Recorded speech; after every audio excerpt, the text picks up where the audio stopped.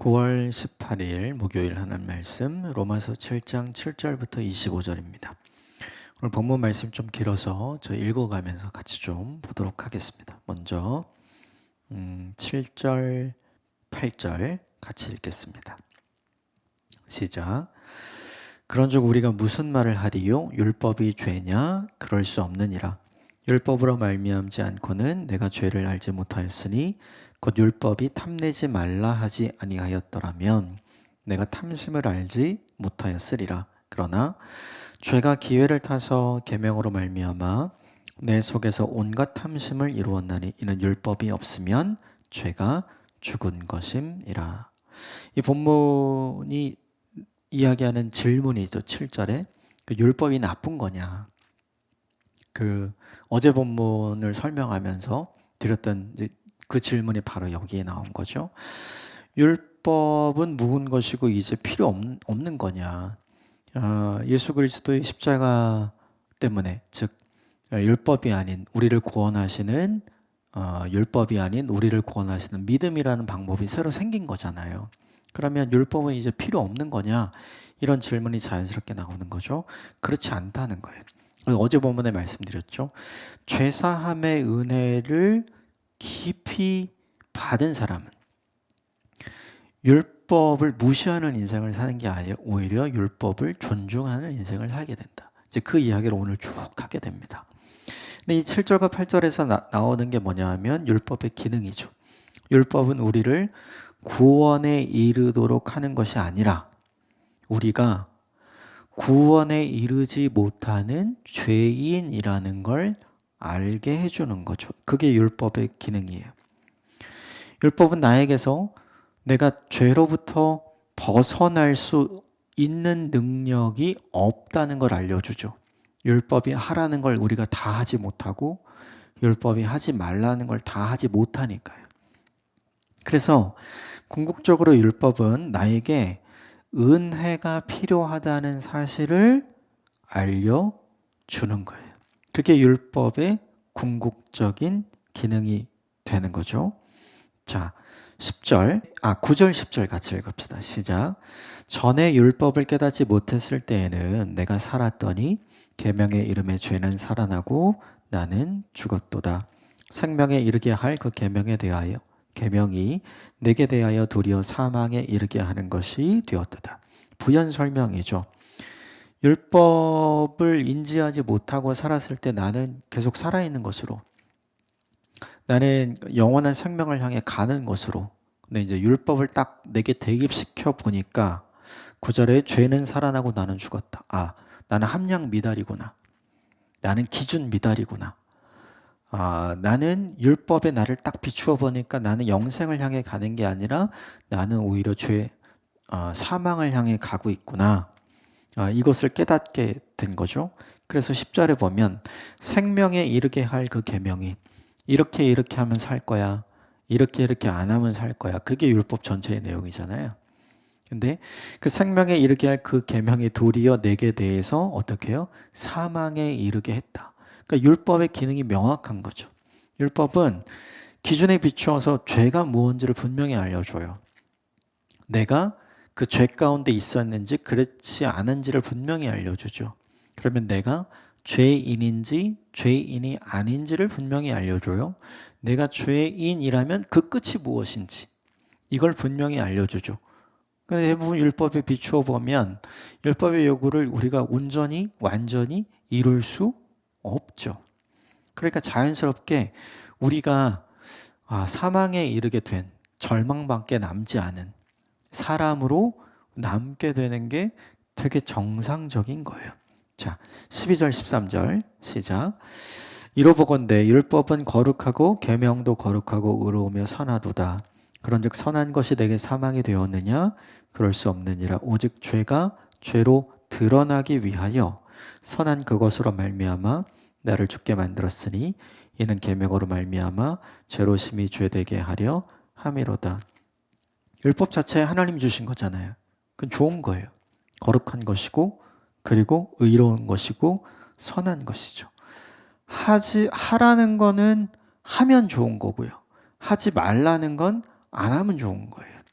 하라는 건 하기 때문에 의로운 거고, 하지 말라는 건 안 하기 때문에 의롭게 되고, 하라는 건 해서 거룩하게 되는 거고, 하지 말라는 건 안 해서 거룩하게 되는 거.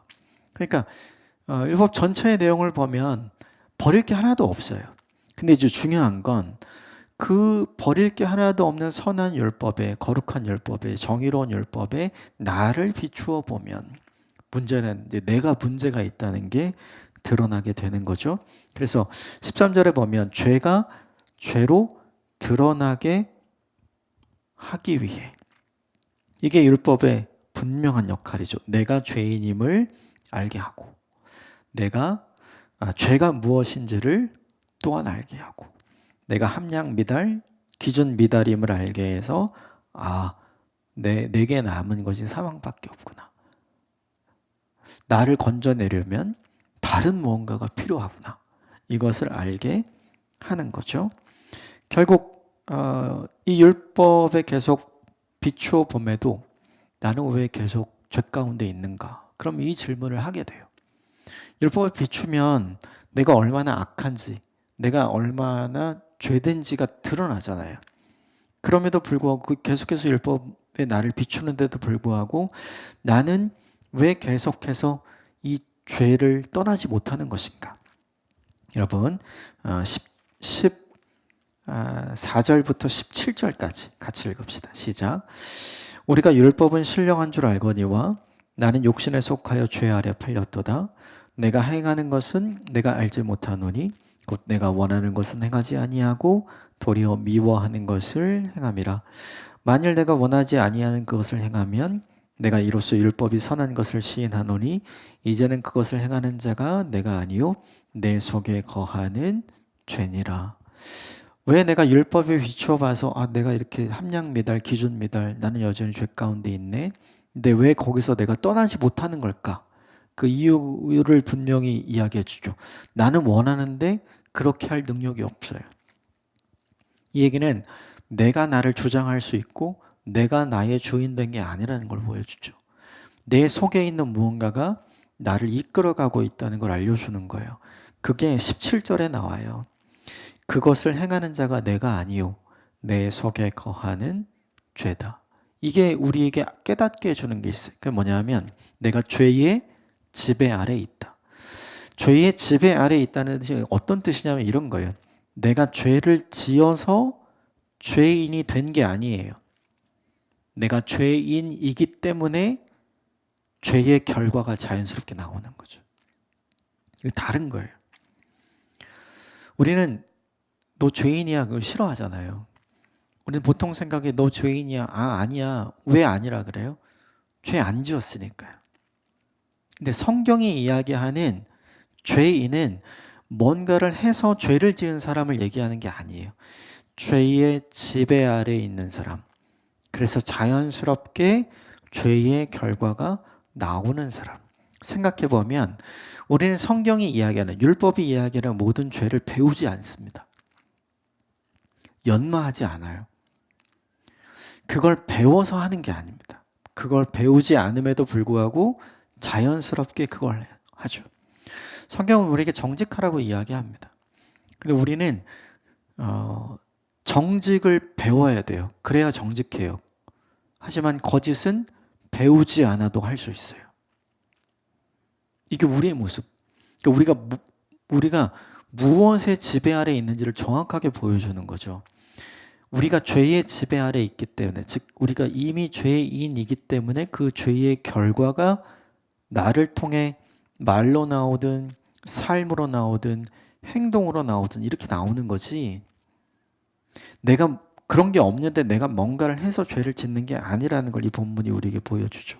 그러므로 결론은 이거죠. 우리가 죄의 지배 아래, 즉 내 속에 거하는 죄 때문에 우리가 죄인이라면 결론은 선한 것이 나올 수 없다. 율법의 요구를 충족하는 그 어떤 게 우리 안에서 절대로 나올 수 없다. 이걸 우리에게 보여주죠. 그래서 그걸 설명합니다. 그 상황 속에 있는 인간의 존재에 대해서 이렇게 설명을 해요. 자, 19절부터 21절까지 같이 읽겠습니다. 시작. 내가 원하는 바 선은 행하지 아니하고 도리어 원하지 아니하는 바 악을 행하는도다. 만일 내가 원하지 아니하는 그것을 하면 이를 행하는 자는 내가 아니요 내 속에 거하는 죄니라. 그러므로 내가 한 법을 깨달았노니 선을 행하기 원하는 나에게 악이 함께 있는 것이로다. 나는 그렇게 살고 싶지 않았지만 내가 그렇게 살고 있는 나를 발견한 거죠. 그럼 되게 중요한 게 있어요. 그 내가 하려고 한 게 아니라 내 안에 있는 죄가 한 거예요. 그렇게 말할 수 있습니까? 나는 그렇게 하고 싶지 않았는데 그건 내가 한 게 아니라 내 속에 있는 게 한 거예요. 그렇게 말할 수 있어요? 그럴 수 없어요. 내 속에 있는 거가 실제로 발현돼서 드러나는 건 나를 통해서 드러나는 거잖아요. 내 속에 있는 거가 했지만 사실은 누가 한 거예요? 내가 한 거죠. 이게 죄의 지배 아래에 있는 인간의 한계입니다. 나는 안 하고 싶은데 그걸 하게 되는 거예요. 왜? 나는 원하지 않는데 나는 그걸 하고 있는 거죠. 이 본문이 보여주는 게 인간이 가진 죄의 지배 아래에 있는 인간의 한계의 모습을 보여주죠. 이걸 이렇게 정리해요. 22절, 23절 같이 읽읍시다. 시작.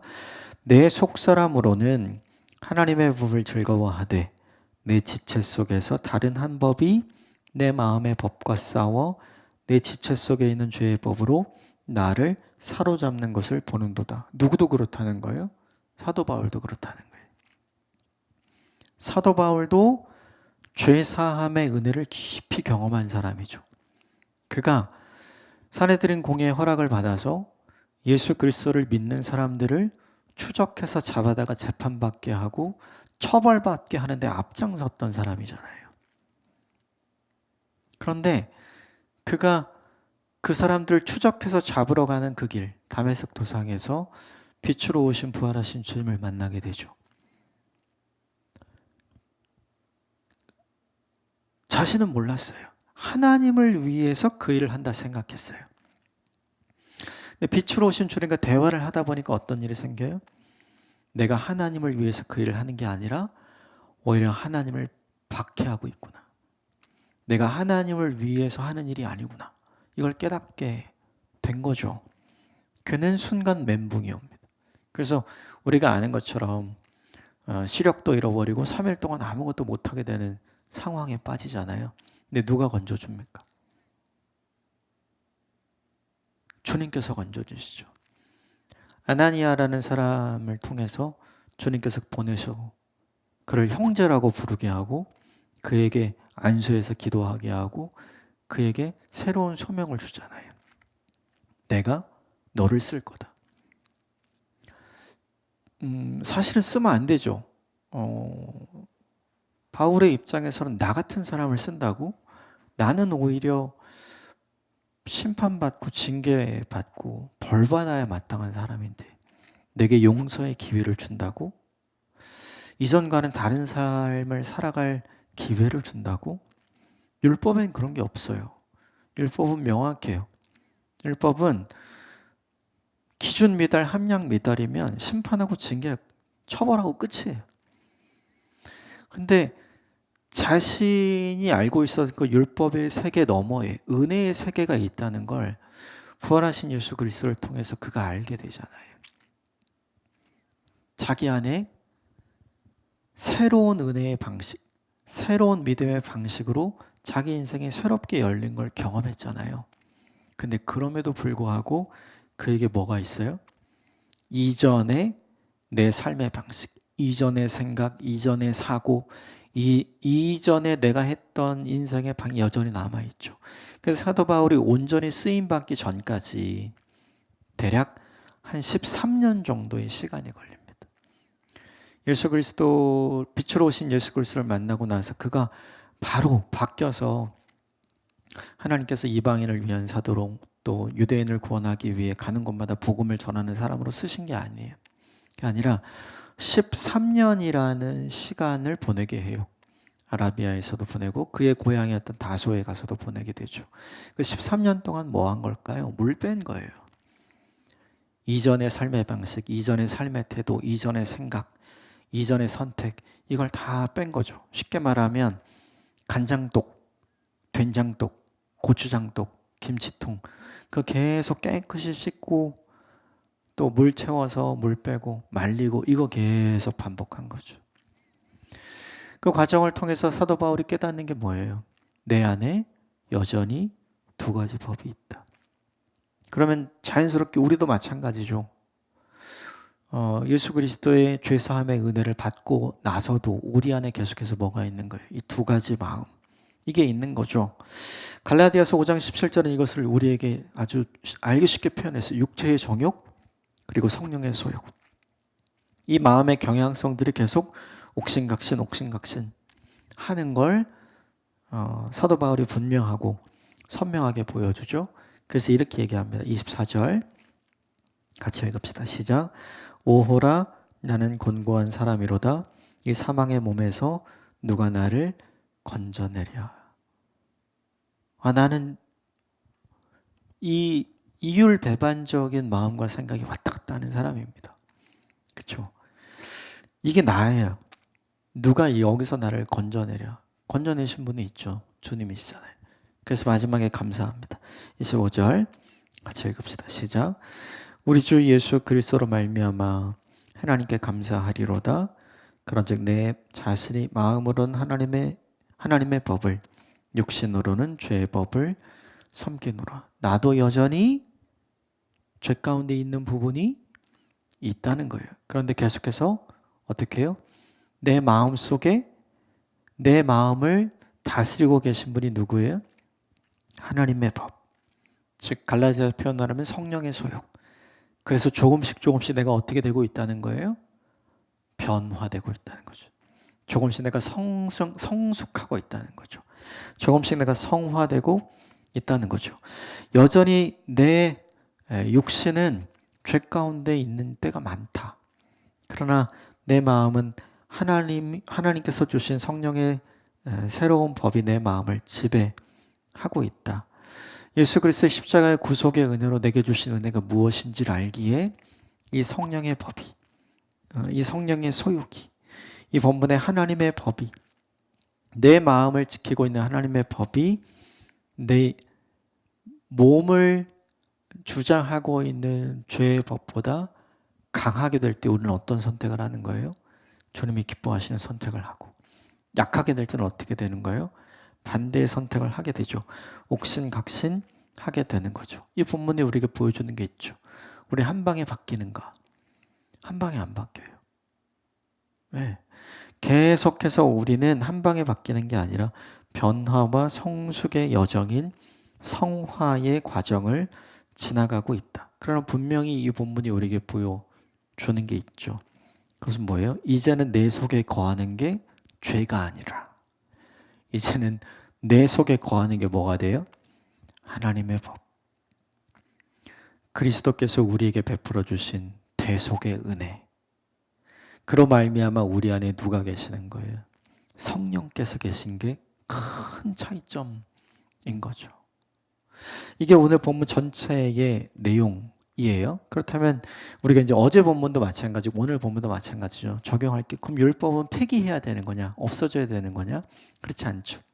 오히려 내 안에 하나님의 법이 살아있고, 내 안에 성령의 법이 살아있고, 내 안에 주께서 주신 그 은혜가 가득할 때 우리는 어떻게 돼요?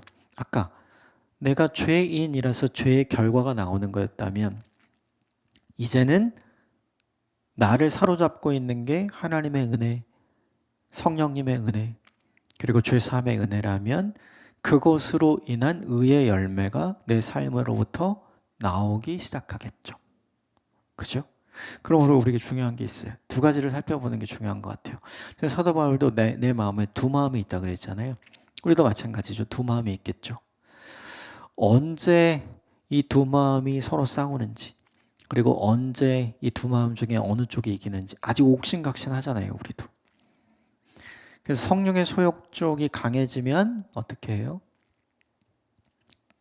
주님이 기뻐하시는 의로운 선택을 하고, 그렇지 않고 여전히 있는 내 마음을 사로잡는 죄의 법, 이것이 강해지면 주님이 기뻐하지 않는 선택을 하게 되는 거죠. 그럴 때가 언제인지를 곰곰이 생각해 봐야 돼요. 우리가 어느 때 주께서 기뻐하시는 선택을 하게 되는가? 우리가 어느 때 내가 부끄럽지 않는 행동을 하게 되는가? 그때는 되게 간단해요. 내 안에 계신 성령의 소욕이 강력할 때. 갈라디아서는 이것을 육체의 소욕, 성령의 소욕으로 표현하잖아요. 이게 시소 같은 거거든요. 성령의 소욕이 무거울 때, 우리가 그때 주께서 기뻐하시는 선택을 하게 되는 거니까 우리가 적용할 부분은 이거죠. 이 포션이 많아지면 되겠죠. 네, 이 포션이, 이런 선택을 하는 포션이 많아지면 되니까 우리가 적용할 건 이걸 적용하면 되는 것 같아요. 성령의 소욕적이 몇 프로만 되면 될까요? 51%. 100대 0 이러면 좋죠. 근데 그거는 잠깐 동안 우리에게 있는 거예요. 99대 1 이것도 잠깐이죠. 최소한 우리가 뭐만 유지하면 되냐면 51대 49만 유지하면 되잖아요. 51대 49. 51%의 성령의 은혜, 성령의 소욕, 그리고 이 하나님의 법을 내가 유지하기 위해 해야 될 일이 무엇인가? 오늘 이거를 생각하고 적용하는 게 좋을 것 같아요. 내 안에 은혜가 사라지지 않도록 하기 위해 내가 할 수 있는 일이 무엇인가? 오늘 이것을 잘 생각해보고 개개인마다 다르겠지만 그 방법을 찾아내는 저와 여러분이 되시길 주님으로 축복합니다.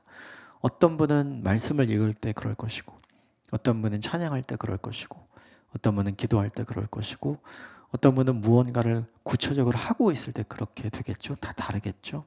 그것을 찾아내서 그것을 유지할 수 있는 방법을 우리에게 상식이 되도록, 습관이 되도록 만드는 게 우리에게 좋은 거죠.